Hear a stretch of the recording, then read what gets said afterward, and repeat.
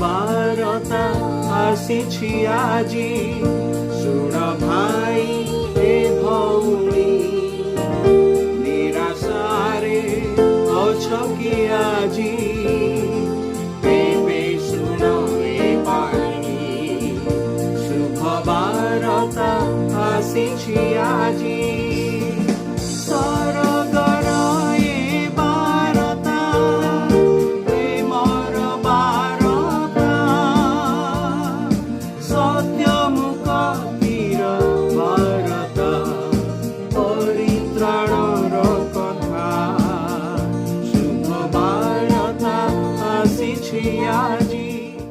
प्रिय श्रोता बंधु, प्रभु श्रीख्रीष्ट बहुमूल्य नाम आपको शुभेच्छा।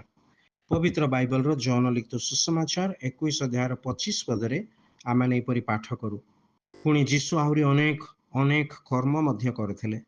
से सबु जदि गोटी गोटी करी लेखा जाता ताहले एते पुस्तक लेखा हुअंता जे मोर विचार रे समुदाय जगत रे सुधा से सबु रखिबा निमंते स्थान हुअंता नहीं। जॉन लिखित सुसमाचार ए पुस्तकर लेखक जोहन प्रभु श्रीख्रीष्टर द्वादश शिष्य मान मध्यरु जड़े थिले, जे कि प्रभु श्रीख्रीष्टर जीवन, शिक्षा, कार्य चिन्ह गुड़िकर महिमा, मृत्यु और पुनरुत्थान चाक्षुष साक्षी थिले और से सही सब पुस्तक लिपिबद्ध कले। पठित अंश प्रभु श्रीख्रीष्टर जीवन श्रेष्ठता को आमे स्पष्ट रूपे देखिपारू।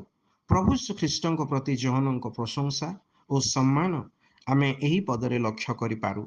एही जगतर सर्वश्रेष्ठ पुस्तक को जोहन यही साक्ष्य द्वारा एक परिसमाप्ति को आणती। जे प्रभु श्रीख्रीष्ट ठारे विश्वास करे और ताहांको निज जीवन रे प्रभु त्राणकर्ता रूपे ग्रहण करे, से परित्राण प्राप्त हुए, पाप क्षमा प्राप्त हुए, पुणी प्रभु जीशुंको अद्भुत जीवन रो पराकाष्ठा और सौंदर्यता को देखि पारे। आपण मध्य जेपरी एही अनुभव प्राप्त हेबे, ईश्वर निकटरे एही आमर प्रार्थना।